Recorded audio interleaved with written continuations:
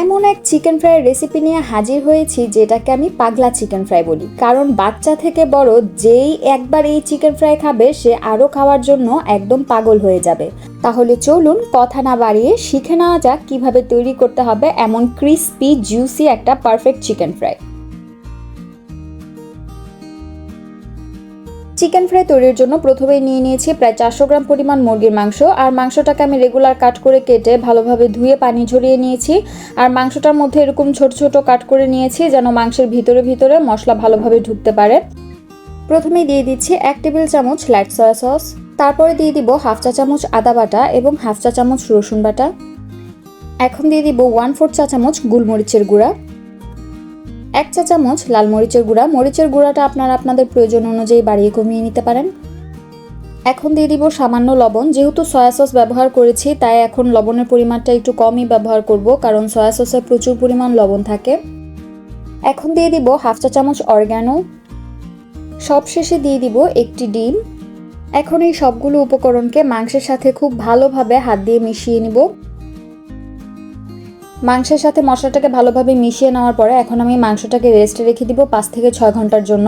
এতে মাংসের ভিতরটা অনেক জুসি হবে। অন্যদিকে একটি বাটিতে নিয়ে নিয়েছি একটি ডিম। এখন এই ডিমের মধ্যে দিয়ে দিব চিমটি পরিমাণ লবণ এবং চিমটি পরিমাণ কালো গোলমরিচের গুঁড়া। আর এখন একটি কাঁটা চামচের সাহায্যে ডিমটাকে খুব ভালোভাবে ফেটিয়ে নিব। অন্যদিকে আরেকটি ছড়ানো ডিশে নিয়ে নিয়েছি প্রায় 1 কাপ পরিমাণ ময়দা। এখন হাফ চা চামচ লবণ এবং 1/3 চা চামচ গোলমরিচের গুঁড়া দিয়ে এই সবগুলো উপকরণকেও খুব ভালোভাবে মিশিয়ে নিব। আরেকটি ছড়ানো বাটিতেও নিয়ে নিব কিছু ব্রেড ক্রাম্বস। ফিরে আসলাম প্রায় 5 ঘন্টা পর। তো এখন আমি মাংসটাকে কোট করে নিব, তবে তার আগে আবারও আমি হাত দিয়ে মাংসটাকে মশলার সাথে ভালোভাবে মিশিয়ে নিব। তারপর একটি মাংসের পিস আমি নিয়ে নিব। মাংসটাকে আমি প্রথমে সেই ময়দাটার মধ্যে খুব ভালোভাবে কোট করে নিব। তারপর মাংসের পিসটাকে একটু আগে যে ডিমটা ফেটিয়ে নিয়েছিলাম তার মধ্যে মাংসের পিসটাকে খুব ভালোভাবে ডুবিয়ে নিব, এই যে এভাবে। তারপর মাংসের পিসটাকে আমি আবারও ব্রেড ক্রাম্বসের মধ্যে কোট করে নিব। মাংসটাকে ব্রেড ক্রাম্বসের মধ্যে কোট করার পর গায়ে লেগে থাকা যে এক্সট্রা ব্রেড ক্রাম্বসগুলো সেগুলোকে এভাবে হাত দিয়ে ঝেড়ে ফেলে দিতে হবে।